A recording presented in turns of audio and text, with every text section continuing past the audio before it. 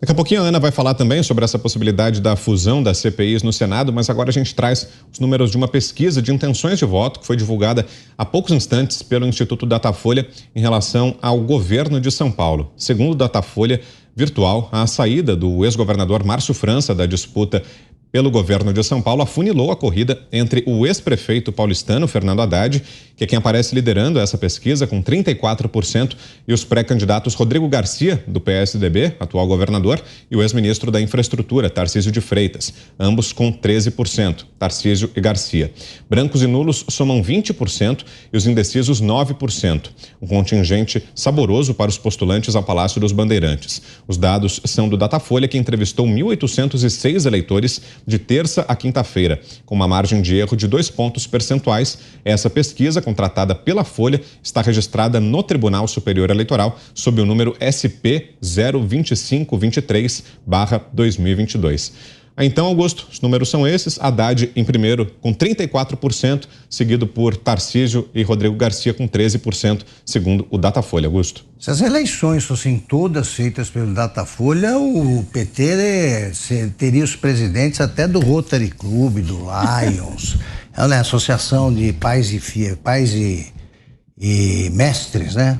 As escolas, presidiria tudo, os prédios, elegeria o síndico. Ele é assim, segundo o Datafolha, quando sai o Márcio França do páreo, todos os seus 103% dos eleitores dele passam para o Haddad. O Haddad foi um dos raros prefeitos que conseguiu não se reeleger. Precisa fazer força para não se reeleger. Ele conseguiu. Foi um poste plantado pelo Lula. A memória de quem viveu a gestão dele não passa tão fácil. Ele foi prefeito, agora você vai entregar um estado inteiro para quem não conseguiu gerir uma cidade. A memória do paulistano também não pode ser tão, falando da capital, não pode ser tão estreita, né? A ponto de já ter esquecido isso aí. Agora eu pergunto, você vai para qualquer cidade, na eleição municipal, você verifica que na eleição municipal o PT foi um fiasco. Segundo especialistas aí em eleições, a eleição municipal é uma prévia da eleição estadual e presidencial. Sempre tem sido assim. Se você foi um fiasco na eleição municipal, você não irá bem na estadual, por exemplo. Por que ele vai ter voto do interior agora? Só se a minha cidade, então, for uma ilha de antipetistas aí num mar, né, de simpatizantes do Haddad. Eu não sei por que ele está fazendo tanto voto aí no interior de São Paulo, onde sempre foi mal o PT. Mas, enfim, pesquisa a essa altura do campeonato é uma brincadeira dos estatísticos. É uma ciência que consegue apresentar diferenças entre uma pesquisa e outra de até 20%.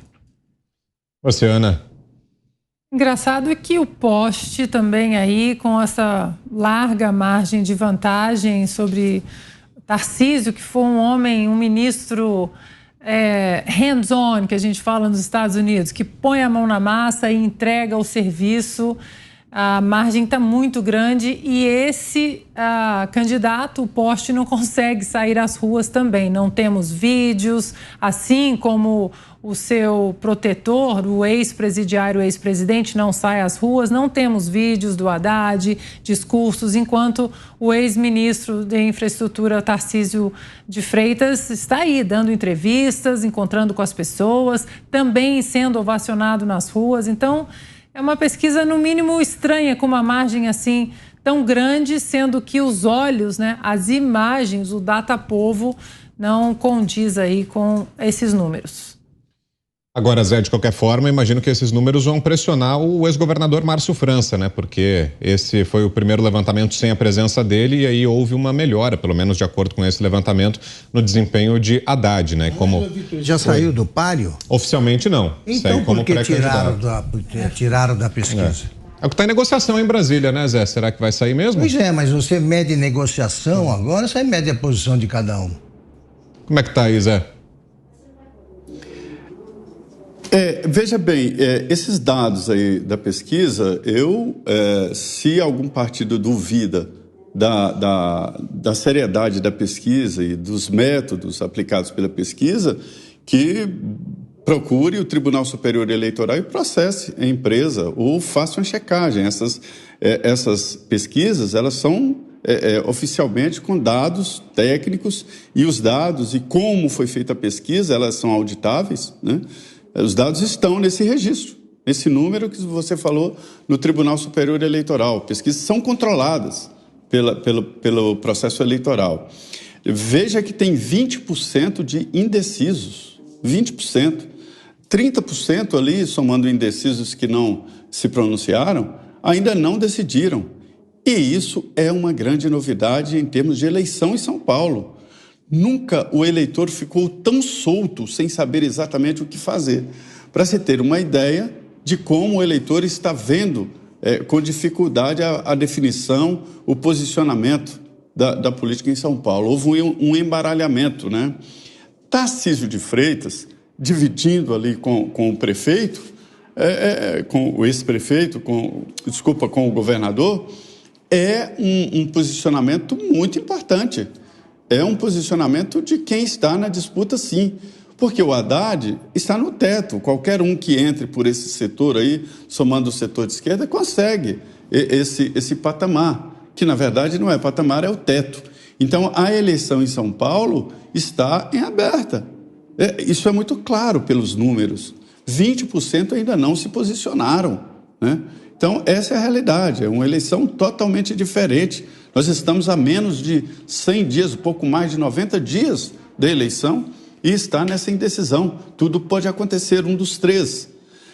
O governador tem um trabalho muito forte de interior. Ele vem trabalhando para isso.